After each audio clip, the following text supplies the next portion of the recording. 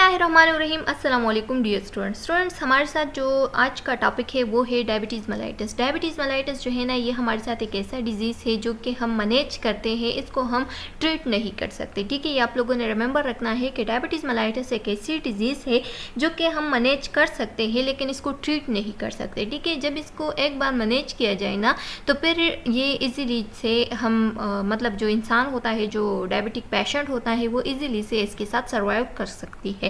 लेकिन अगर इसको मैनेज नहीं किया तो ये ज़्यादा से ज़्यादा होता चले जाता है और फिर इंसुलिन डिपेंडेंट इंसान बन जाता है और लास्ट में कीटोएसिडोसिस वगैरह हो जाती है, जिससे इंसान को क्या होता है, लाइफ थ्रेटनिंग खतरा हो सकती है, यानी लाइफ उसकी ख़त्म हो सकती है डायबिटीज़ की वजह से। ठीक है, चैप्टर नंबर 2 का पार्ट 3 को हम स्टार्ट करने वाले हैं, जो कि हमारे साथ है डायबिटीज़ मेलाइटिस। तो आइए स्टार्ट लेते हैं। स्टार्ट लेने से पहले आप लोगों से एक छोटा सा रिक्वेस्ट है कि हमारे चैनल लेक्चर्स बाय नायर को सब्सक्राइब करें, कमेंट करें and press the bell icon, ताकि नेक्स्ट वीडियो का नोटिफिकेशन आप लोग को बहुत जल्द मिल सके। स्टूडेंट्स, ये हमारे साथ है ऑब्जेक्टिव्स में क्या है कि at the end of this session the students will be able two diabetes mellitus क्या है, डिफरेंस बिटवीन मतलब different types of diabetes mellitus जो है ना उसको हम डिस्कस करेंगे। फिर उसके बाद काजेस को डिस्कस करेंगे, क्लिनिकल मैनिफेस्टेशन यानी साइन एंड सिम्टम्स को डिस्कस करेंगे। फिर हम बताएंगे कि इंसुलिन क्या है, इंसुलिन का रोल क्या है डायबिटिक पेशेंट में। ठीक है, टाइप 1 में ज़्यादातर इंसुलिन का रोल होता है। ठीक है, एंड उसके बाद हम कॉम्प्लिकेशन ऑफ डायबिटीज़ को डिस्कस करेंगे। फिर medical management, nursing assisting, nursing diagnosing and nursing intervention को डिस्कस करेंगे। ठीक है, ये हमारे साथ सारे इस वीडियो लेक्चर के इस चैप्टर के ऑब्जेक्टिव्स हैं, जो कि हम आज डिस्कस करेंगे और आप जो है ना वो हम नेक्स्ट वीडियो लेक्चर में डिस्कस करेंगे। What is diabetes mellitus? जिस तरह से हमने बताया कि डायबिटीज़ मेलाइटिस जो है ना, ये हमारे साथ एक ऐसा डिजीज़ है जिसमें इंसुलिन की प्रॉपरली या तो सिक्रीशन नहीं हो रही है या इंसुलिन की बहुत ज़्यादा सिक्रीशन हो रही है। मतलब इंसुलिन जो है ना वो प्रेजेंट है लेकिन वो सेंसिटिव नहीं है। ठीक है, यानी किस तरह से सेंसिटिव नहीं है, जो रिसेप्टर प्रेजेंट होते हैं ना बॉडी में, यानी जो ब्लड सेल्स होते हैं उसके ऊपर रिसेप्टर प्रेजेंट होते हैं इंसुलिन के लिए, वो रिसेप्टर जो है ना वो अपना जो फंक्शन होता है वो छोड़ देता है। किस तरह से, जब उसकी ओवर यूज़ हो जाए, यानी इंसान जो है ना वो मतलब जो फूड होता है जो कि हमारे साथ अच्छा जंक फूड होता है वो खा रहा है, ठीक है, ज़्यादा टाइम से, और जो शुगर वगैरह है वो ज़्यादा ले रहे हैं बहुत ज़्यादा टाइम से, या जो है ना इंसान ने बहुत ज़्यादा रिसेप्टर का यूज़ किया है, इंसुलिन के लिए जो रिसेप्टर होते हैं उसका यूज़ बहुत ज़्यादा किया है, तो एक वक्त ऐसा आता है कि वो रिसेप्टर जो है ना वो अपना काम छोड़ देता है, वो लेस सेंसिटिव बन जाते हैं या तो बिल्कुल इसकी सेंसिटिविटी जो है ना वो ख़त्म हो जाती है। तो फिर इंसुलिन तो हमारे साथ प्रेजेंट होते हैं लेकिन वो रिसेप्टर जो है ना उसको गेन नहीं करते, और जब वो गेन नहीं करते तो वो हमारे सेल के अंदर नहीं जाते, जिसकी वजह से ग्लूकोज की ब्रेकडाउन नहीं होते और ग्लूकोज जो है ना वो हमारे बॉडी में क्या नहीं होते, मतलब हमारी बॉडी से नहीं निकल सकते फिर, और ग्लूकोज जो है ना वो बढ़ते जाते हैं, जिसकी वजह से डायबिटीज़ हो जाती है। तो यहाँ पे लिखा गया है कि disease in which the body doesn't produced और प्रॉपरली यूज इंसुलिन। बताया गया है स्टूडेंट्स के ये हमारे साथ एक ऐसा डिजीज़ है जब हमारी बॉडी जो है ना वो प्रॉपरली इंसुलिन की प्रिपरेशन नहीं करती, यानी इंसुलिन जो है ना वो प्रॉपरली प्रोड्यूस नहीं होते, लीडिंग टू हाइपरग्लाइसीमिया, जो कि हमारे साथ इसकी रिजल्ट में आ जाती है हाइपरग्लाइसीमिया, यानी हाई ब्लड ग्लूकोज लेवल। ठीक है, यानी ग्लूकोज लेवल जो है ना वो ब्लड में हाई हो जाता है। हाइपरग्लाइसीमिया, एक होता है हाइपोग्लाइसीमिया और एक होता है हाइपरग्लाइसीमिया। अब हाइपरग्लाइसीमिया किसको कहते हैं और हाइपोग्लाइसीमिया किसको कहते हैं? तो हाइपर का लफ्ज़ जो है ना, ये हाइपर आप लोग देख सकते हैं, हाइपर का मतलब है हाई एंड ग्लाइसीमिया का मतलब है ब्लड ग्लूकोज। ठीक है, या ब्लड शुगर। जब ब्लड में शुगर लेवल जो है ना वो हाई हो जाए तो उसको हम कहते हैं हाइपरग्लाइसीमिया, और जब ब्लड में ग्लूकोज लेवल कम हो जाए तो उसको हम कहते हैं हाइपोग्लाइसीमिया। दोनों जो है ना वो ठीक नहीं है हमारे बॉडी के लिए। हमारे बॉडी के लिए एक नॉर्मल सिस्टम, एक एडजस्टमेंट वाला सिस्टम जो है ना वो नॉर्मल ग्लूकोज लेवल चाहिए। ठीक है, अगर ये कम भी हो जाए तो इंसान जो है ना वो क्या होता है, हाइपोग्लाइसीमिया में चला जाता है, और अगर ये ज़्यादा हो जाए तो हाइपरग्लाइसीमिया में पेशेंट चला जाता है। Is the technical term for high blood glucose. ठीक है, ये हमारे साथ एक टेक्निकल टर्म है जो कि हम यूज़ करते हैं हाई ब्लड ग्लूकोज लेवल के लिए, यानी हाई ब्लड शुगर के लिए। High blood sugar happen when the body has too little insulin और when the body can not use insulin properly. इसमें क्या होता है कि हाई ब्लड शुगर, ठीक है, ये जो है ना ये हमारे बॉडी में ब्लड शुगर का लेवल जो है ना वो ज़्यादा हो जाता है। जब वो ज़्यादा हो जाता है तो ये क्यों ज़्यादा होता है? क्योंकि हमारे बॉडी में इंसुलिन का प्रिपरेशन या इंसुलिन जो है ना वो प्रॉपरली प्रोड्यूस नहीं होते या इंसुलिन का प्रॉपर यूज़ नहीं होता। इस वजह से ब्लड में जो शुगर लेवल है वो ज़्यादा हो जाता है। ये आप लोगों ने याद रखना है कि insulin is directly proportional to blood sugar, ठीक है। अगर इंसुलिन सही से फंक्शन कर रहा है तो ब्लड शुगर जो है ना वो कम होगी, मतलब नॉर्मल होगी। अगर इंसुलिन सही से काम नहीं कर रहा है तो ब्लड शुगर ज़्यादा होगी, ठीक है। तो insulin is inversely proportional to blood glucose level. अगर इंसुलिन सही से काम कर रहा है तो जो ब्लड शुगर लेवल है वो नॉर्मल होगा। अगर इंसुलिन सही से काम नहीं कर रहा है तो blood sugar level is high, ठीक है, वो हाई होगा। हाइपरग्लाइसीमिया में फर्दर क्या इंक्लूड होते हैं कि जब हाइपरग्लाइसीमिया हो जाती है यानी ग्लूकोज लेवल ज़्यादा हो जाती है ब्लड में तो उस दौरान इंसान वीक हो जाता है, ठीक है। दूसरा ये कि स्वीटी यानी पसीने बहुत ज़्यादा आते हैं उस पर। तीसरा ये कि वो कंफ्यूज्ड रहता है, हमेशा कंफ्यूज्ड रहता है, ठीक है। कभी एक तरफ सोचता है कभी दूसरी तरफ सोचता है, वो किसी से बात करने के लायक नहीं होता, वो कहता है कि मैं किसी से भी बात नहीं करूँ, और वो उसमें छड़छड़ापन आ जाता है, इरिटेबल हो जाता है, ठीक है। जब भी उसे कोई बात करता है, कोई कुछ पूछता है तो उसमें छड़छड़ापन आ जाता है। Carbohydrate digestion. अब कार्बोहाइड्रेट की डाइजेशन का क्या रिलेशनशिप है इंसुलिन या हमारी जो पेनक्रियास है उसके साथ, ठीक है। ये जो कार्बोहाइड्रेट है ना ये किस तरह से डाइजेस्ट होते हैं? हमारे बॉडी में ग्लूकोज लेवल जो है ना वो बहुत मतलब लार्ज मॉलिक्यूल में प्रेजेंट होते हैं, ठीक है। जब उस कम्प्लेक्स पॉलीसेकेराइड्स की जब ब्रेकडाउन हो जाते हैं तो वो स्मॉल अमाउंट में कन्वर्ट हो जाते हैं स्मॉल कंपाउंड्स में, सिंपल कंपाउंड्स में यानी सिंपल मोनोसेकेराइड्स में कन्वर्ट हो जाते हैं, ठीक है। और ये किसका काम होता है? ये हमारे साथ एक एंजाइम प्रोड्यूस होते हैं पेनक्रियास से जिसको हम कहते हैं एमाइलेज, और दूसरा हमारे साथ जो है ना ये स्मॉल इंटेस्टाइन से एक एंजाइम प्रोड्यूस होते हैं जिसको हम कहते हैं माल्टेज, ठीक है। तो इन दोनों एंजाइम के ज़रिए से क्या होता है, जो ब्रेकडाउन ऑफ ग्लूकोज है वो हो जाता है। अगर ये दोनों ने काम छोड़ दिया तो इसका मतलब ये है कि क्या नहीं होगा, फिर ब्रेकडाउन ऑफ ग्लूकोज नहीं होगा, सिंपल मॉलिक्यूल में कन्वर्ट नहीं होगा। जब ये सिंपल मॉलिक्यूल में कन्वर्ट नहीं होते तो हमारे बॉडी को एनर्जी नहीं मिलेगा, जिसकी वजह से हमारे ब्लड शुगर जो है ना वो ज़्यादा हो जाएगा, ठीक है। ग्लूकोज लेवल जो है ना वो ज़्यादा हो जाएगा। नेक्स्ट हमारे साथ आता है कि what goes wrong in diabetes. Diabetes में क्या होता है, मतलब क्या ऐसा गलत चलता है हमारी बॉडी में जिसकी वजह से हमारा जो ब्लड शुगर है वो ज़्यादा हो जाता है, ठीक है। तो इसकी मैकेनिज़्म की बात करते हैं तो दो मैकेनिज़्म है, एक तो इंसुलिन का और एक जो है ना वो बीटा सेल का।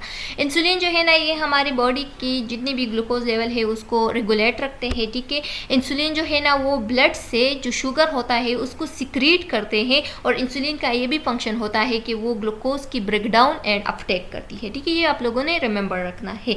अगर इंसुलिन सही से प्रोड्यूस नहीं हो रहा है तो ना तो रेगुलेशन ऑफ ग्लूकोज होगी, ना सिक्रीशन ऑफ एनर्जी होगी, या ना सिक्रीशन ऑफ शुगर होगा, और ना ही ब्रेकडाउन ऑफ ग्लूकोज होगा, ठीक है। तो इस वजह से फिर शुगर लेवल जो है ना वो हाई हो जाती है। बीटा सेल की बात करते हैं तो बीटा सेल जो है ना ये हमारे पेनक्रियास में प्रेजेंट होते हैं, ठीक है। इसका फंक्शन क्या होता है, ये इंसुलिन को प्रोड्यूस करते हैं। अगर बीटा सेल डैमेज हो गए तो इंसुलिन जो है ना वो प्रॉपरली प्रोड्यूस नहीं होगी, और जब इंसुलिन प्रॉपरली प्रोड्यूस नहीं होते तो जो पेशेंट होता है वो डायबिटिक बन जाता है। Diabetes can be effectively manage when caught early, ठीक है। अगर हम डायबिटीज़ को हर दिन चेक करें और हर दिन उसके लिए जो मतलब ट्रीटमेंट है वो स्टार्ट करें तो हमारे साथ जो डायबिटीज़ है उसको मैनेज करना पड़ेगा, ठीक है। अगर मतलब can be effectively managed when caught early. बताया गया है कि डायबिटीज़ को अगर हम एयरली चेक करें और उसको हम एयरली मतलब क्या करें, एयरली उसको हम ट्रीट दें, मतलब ट्रीटमेंट स्टार्ट करें टाइम के साथ, तो वो हमारे साथ इफेक्टिवली मैनेज हो सकता है। लेकिन अगर हमने उसको अनट्रीटेड छोड़ दिया, मतलब उसके साथ मतलब हमने कोई ट्रीटमेंट वगैरह स्टार्ट नहीं की, हमने अपने आप को डॉक्टर के पास नहीं ले चला, डॉक्टर को नहीं दिखाया, ठीक है, कि कौन सी डायबिटिक है, मतलब कहीं ऐसा ना हो कि डायबिटिक केटोसिडोसिस बन जाए जो कि लाइफ थ्रेटनिंग पर कंडीशन होता है, इसमें लाइफ को बहुत खतरा हो जाता है, ठीक है, सीवियर केस होता है डायबिटीज़ का।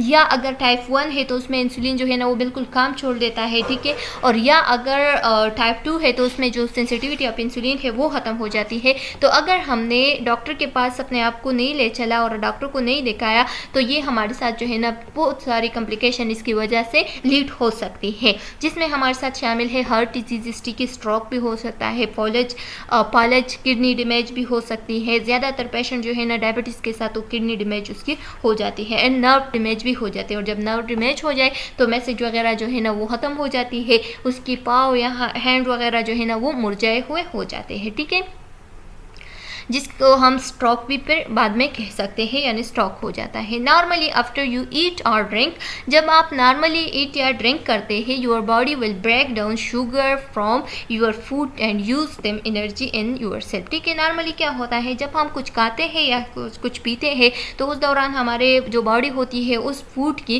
क्या कर देती है, उसकी ब्रेक डाउन कर देती है, उससे शुगर को निकाल के हमारे सेल्स से बाहर निकाल के बॉडी तक ले चलते हैं। सारे बॉडी में वो जो शुगर होता है वो क्या होता है, चलता रहता है और वो हमारी बॉडी को एनर्जी देता है, ठीक है। उस सेल की वजह से, उस शुगर की वजह से हमारी बॉडी को एनर्जी मिलती है, ये एनर्जी होती है एक्चुअली।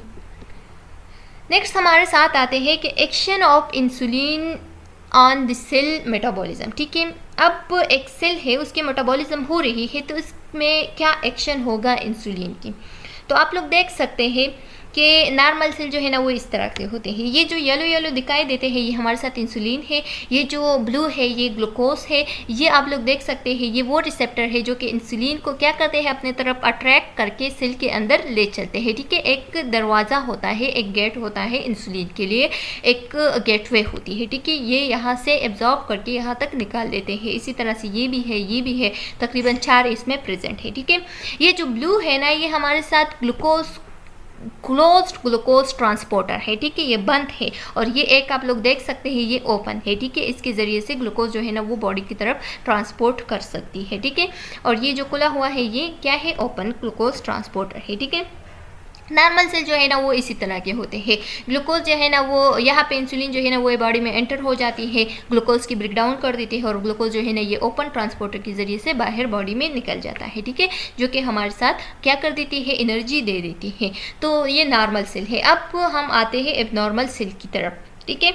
अच्छा स्टूडेंट्स, एबनॉर्मल से पहले थोड़ी बात कर देते हैं कि इंसुलिन का क्या फंक्शन होता है कार्बोहाइड्रेट्स पे, प्रोटीन्स पे एंड फैट मेटाबॉलिज्म पे, ठीक है। हमारी बॉडी में कार्बोहाइड्रेट्स की भी मेटाबॉलिज्म होती है, फैट्स की भी एंड प्रोटीन की भी। तो कार्बोहाइड्रेट्स की बात करते हैं कि इंसुलिन का कार्बोहाइड्रेट्स पे क्या एक्शन होता है, facilitate the transport of glucose into muscle and adipose cells, ठीक है। जो एडिपोज सेल्स होते हैं ना एंड जो मसल्स होते हैं उसमें कार्बोहाइड्रेट का और इंसुलिन का, मतलब इंसुलिन का ये फंक्शन होता है कार्बोहाइड्रेट पे कि वो हमारे साथ जो ग्लूकोज है उसकी ट्रांसपोर्ट करें मसल तक एंड एडिपोज सेल्स तक, ठीक है। तो आप लोगों ने रिमेंबर रखना है कि बॉडी में इंसुलिन का बहुत सारा फंक्शन है, ठीक है। हमारे सारा मेटाबॉलिक सिस्टम जो है ना वो इंसुलिन पे डिपेंड करता है, इंसुलिन के साथ मैनेज होता है, इंसुलिन जो है ना उसको स्टिमुलेट रखता है। तो अगर इंसुलिन जो है ना वो कम हो गए तो कार्बोहाइड्रेट पे ये बैड इफेक्ट होगा कि फिर हमारे साथ जो ग्लूकोज ट्रांसपोर्टर है वो ना तो मसल तक हो जाएगा, यानी मसल भी वीक हो जाएंगे एंड एडिपोज टिश्यूज भी वीक हो जाएंगे क्योंकि उसको भी एनर्जी नहीं मिलेगा। अच्छा स्टूडेंट्स, तो बताया गया है कि facilitate the conversion of glucose to glycogen, क्या कर देती है ये जो ग्लूकोज का ग्लाइकोजन में कन्वर्ट होते हैं ना, ये फंक्शन किसका होता है, कार्बोहाइड्रेट पे इंसुलिन का होता है, ठीक है।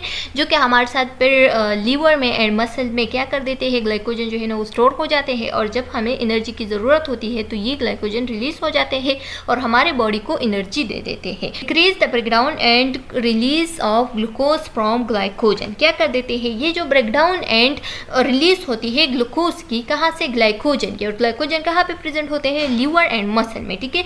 तो ये जो होती है ना ये हमारी बॉडी को जब भी ज़रूरत ना हो तो उसको डिक्रीज कर देती है, इस ब्रेकडाउन को रोक देती है, डिक्रीज कर देती है, ठीक है। और जब बॉडी को ज़रूरत हो तो फिर इसको स्टार्ट कर देती है।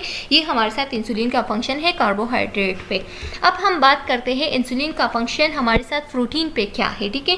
तो इंसुलिन जो है ना ये प्रोटीन पे क्या एक्शन कर देती है, stimulate protein synthesis. The first one is कि वो प्रोटीन की सिंथेसिस को स्टिमुलेट करती है और दूसरा एक के इनहिबिट प्रोटीन ब्रेकडाउन। ब्रेकडाउन का प्रोटीन जो है ना ये भी इंसुलिन का फंक्शन है, वो भी ज़्यादा कर देती है। और दूसरा एक उसको इनहिबिट कर देती है, ठीक है, एंड डिमिनिश ग्लूकोन्यूजेनेसिस, और ग्लूकोन्यूजेनेसिस को क्या कर देती है, उसको डिमिनिश कर देती है, उसको स्टॉप कर देती है, उसको ख़त्म कर देती है। ग्लूकोन्यूजेनेसिस आप लोग सोच रहे होंगे कि ये किस चीज़ को कहते हैं, तो ये हमारे साथ एक मेटाबॉलिक प्रोसेस होता है, जिसमें क्या होती है, जिसमें हमारे साथ विच ऑर्गेनिज्म प्रोड्यूस्ड ग्लूकोज, ठीक है, या शुगर, जिसके ज़रिए से ऑर्गेनिज्म जो है ना वो शुगर को प्रोड्यूस कर देती है। तो ये हमारे साथ एक मेटाबॉलिक क्या हो देती है, प्रोसेस होती है।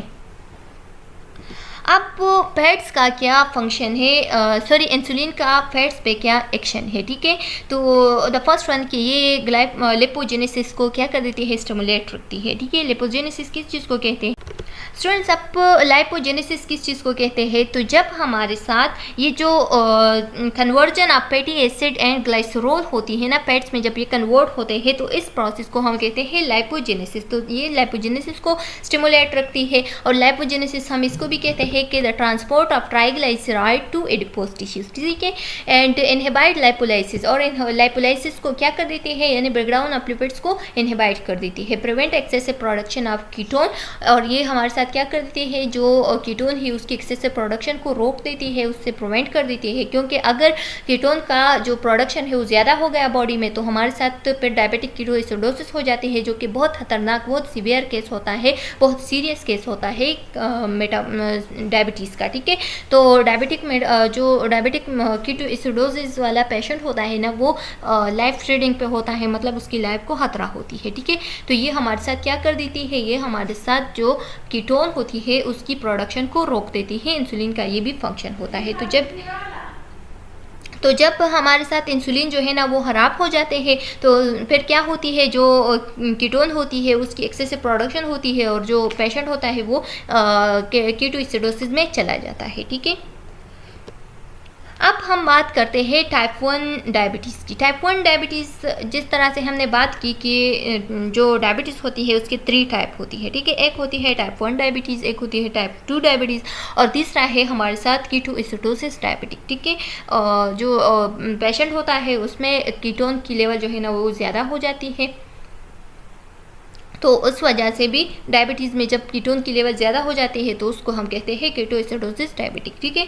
और टाइप 1 डायबिटीज़ जो है ना ये हमारे साथ इंसुलिन डिपेंडेंट होते हैं, जबकि टाइप 2 डायबिटीज़ जो है ना वो इंसुलिन डिपेंडेंट नहीं होते, सिर्फ उसमें इंसुलिन होते हैं, इंसुलिन प्रेजेंट होते हैं, लेकिन जो रिसेप्टर होते हैं वो लेस सेंसिटिव बन जाते हैं, वो इंसुलिन को कैच नहीं करते, इंसुलिन जो है ना वो सेल में नहीं चले जाते, और इंसुलिन जो है ना वो ग्लूकोज की ब्रेकडाउन नहीं करते, ठीक है।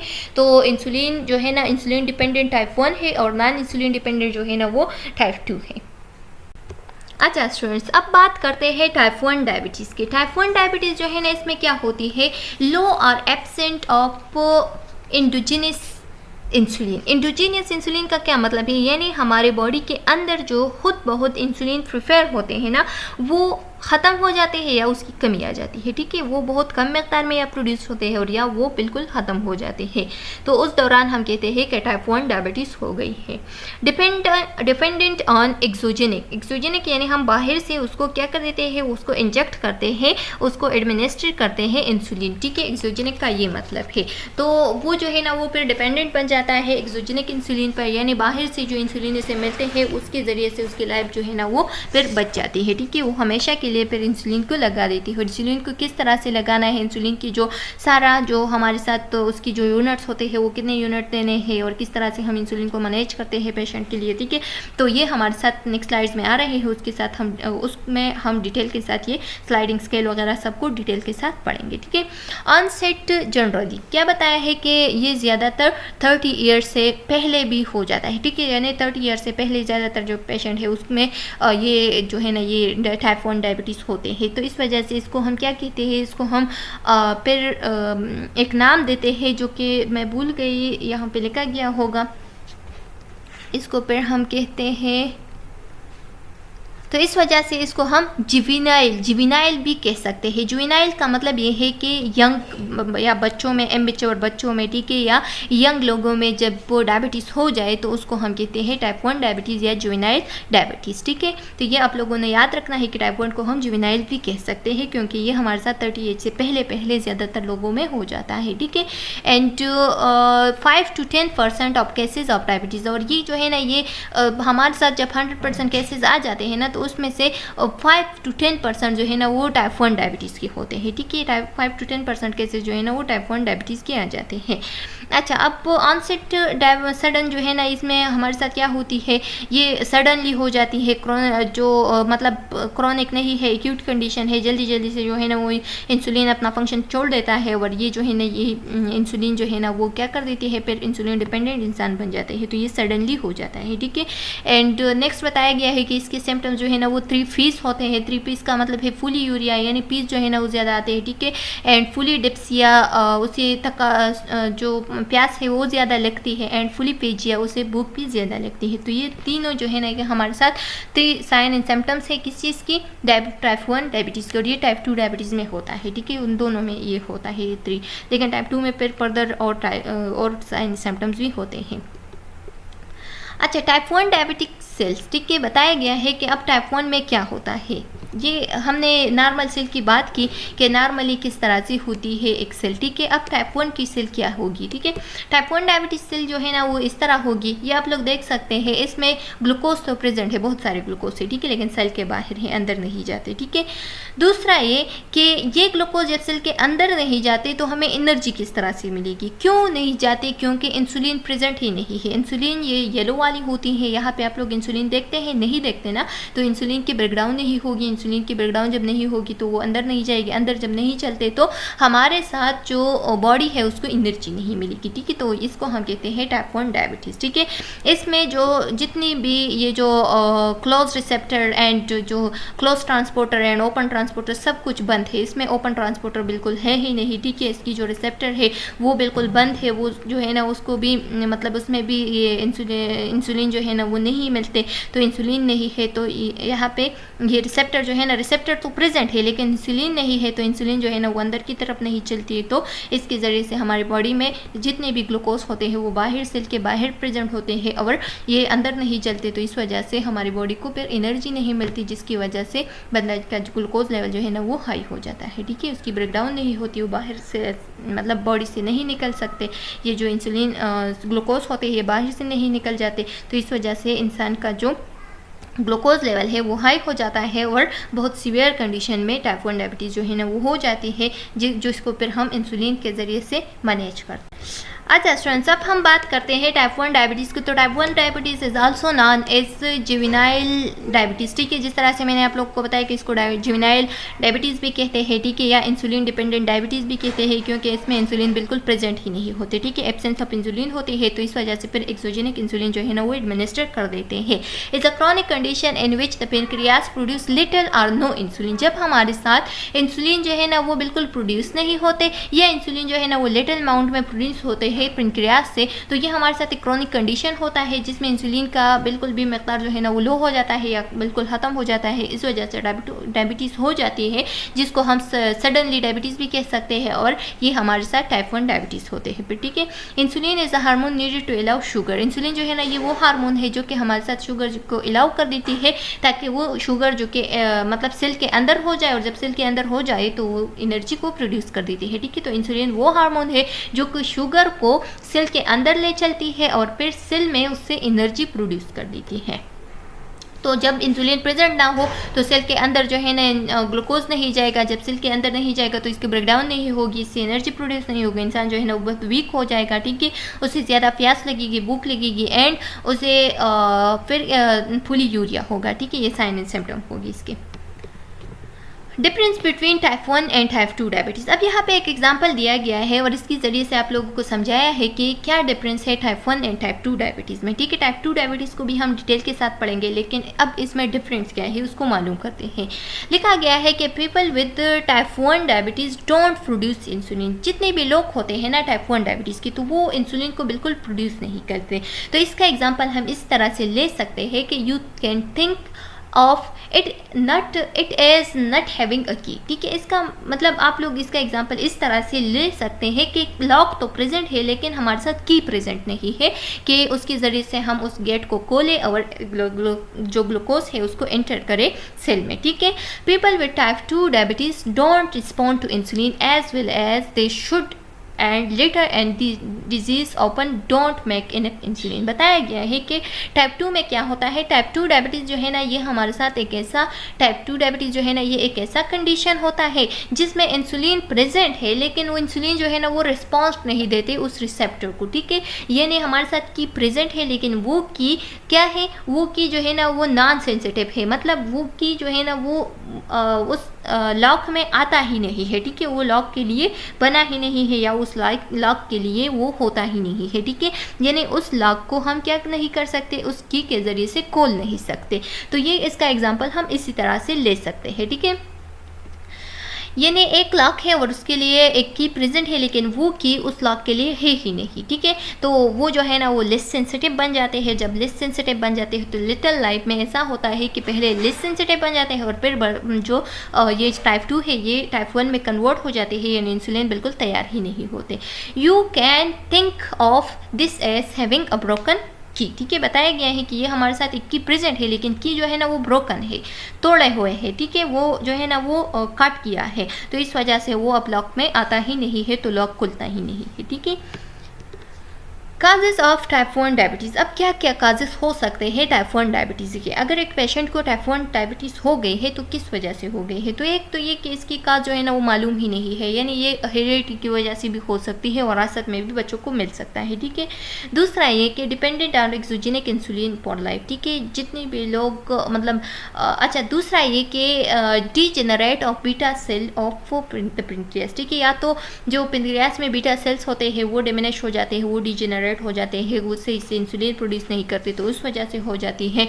Destruction of beta cell by viral infection. Viral infection हो गया है बीटा सेल में, ठीक है। पेनक्रियास में जितने भी बीटा सेल्स होते हैं उसमें वायरल इन्फेक्शन हो गया है, उसको ख़त्म किया है, उसको डैमेज किया है, तो इस वजह से इंसुलिन प्रोड्यूस नहीं होती, ठीक है।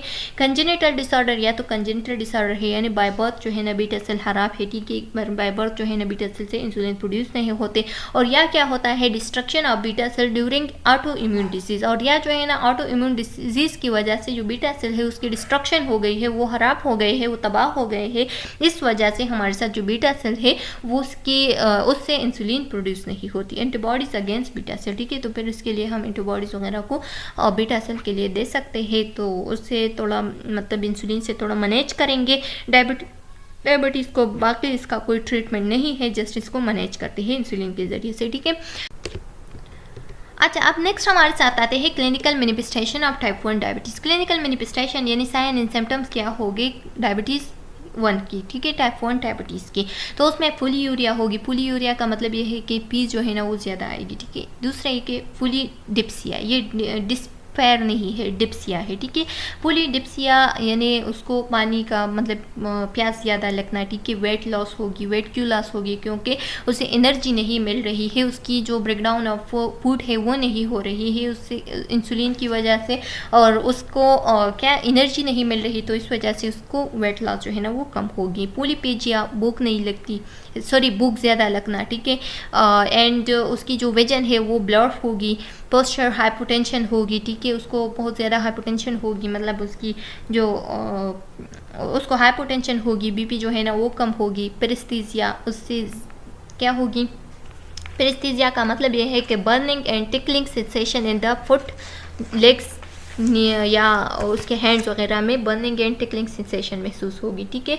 एंड नेक्स्ट जो है ना वो कीटोएसिडोसिस है। तो कीटोएसिडोसिस इस वजह से होगी क्योंकि इंसुलिन जो है ना वो कीटोन को क्या कर देती है, उसको एक्सेसिव प्रोडक्शन से रोक देती है, तो इस वजह से अब इंसुलिन प्रेजेंट है नहीं है, तो डायबिटिक कीटोएसिडोसिस हो सकती है, ठीक है। यानी कीटोन जो है ना वो ज़्यादा प्रोड्यूस हो सकते हैं। अच्छा, ये डायग्राम के ज़रिए से फर्दर अदर जो साइन एंड सिम्टम है वो दिखाए गए हैं कि पोलीडिप्सिया, पोलीपेजिया, लिथर्जी, थकावटी के स्टफर्स हो सकती है। सिस्टमेटिक में क्या हो सकती है, वेट लॉस होगी क्योंकि बॉडी में खुराक से एनर्जी नहीं मिलती, ठीक है। रिस्पायरेटरी में क्या होगी, ये एक डिजीज़ है कुसोमल, ठीक है। जो वेंटिलेशन है वो हाइपर वेंटिलेशन होगी, ठीक है। एक रिस्पायरेटरी डिजीज़ है जिसको हम क्या कहते हैं, deep and labour breathing associated with severe metabolic acidosis. ठीक है, तो सीवियर मेटाबॉलिक एसिडोसिस की वजह से जो है ना उसकी ब्रीथिंग जो है ना वो लेबर्ड एंड डीप हो सकती है। एंड जो टाइप 1 डायबिटिक पेशेंट होता है ना वो ज़्यादातर उसकी जो आइस होते हैं वो क्या हो जाती है, वो ब्लड हो जाती है, ब्लड विजन हो जाती है। ठीक है, एंड जो ब्रीथ में क्या स्मेल ऑफ एसीटोन होगी। ठीक है, स्मेल ऑफ एसीटोन उसको मतलब उसकी जो ब्रीथिंग स्मेल होती है ना वो एसीटोन की तरफ होगी। ठीक है, गैस्ट्रिक में उसे नाजिया, वोमिटिंग, एब्डोमिनल पेन वगैरह महसूस हो सकती है। एंड यूरिनरी में फुली यूरिया एंड ग्लाइकोयूरिया। ठीक है, ग्लाइकोज यूरिया हो सकती है एंड फुली यूरिया हो सकती है। तो चलो स्टूडेंट्स, यहाँ तक हमारा जो टाइप 1 डायबिटीज़ है वो कंप्लीट हो गया है। उम्मीद है कि आप लोगों को समझ में आ गया होगा। अगर इसमें कोई कॉम्प्लिकेशन, कोई क्वेश्चन वगैरह है तो आप लोग कमेंट सेक्शन में पूछ सकते हैं। अगर मेरी टीचिंग मेथड जो है ना आप लोगों को पसंद नहीं है तो आप लोग बता सकते हैं, मैं इसमें चेंजेस ला सकती हूँ। उम्मीद है कि आप लोगों को पसंद आ गया होगा। सब्सक्राइब करें, कमेंट करें and press the bell icon ताकि नेक्स्ट वीडियो का नोटिफिकेशन आप लोगों को बहुत जल्द मिल सके।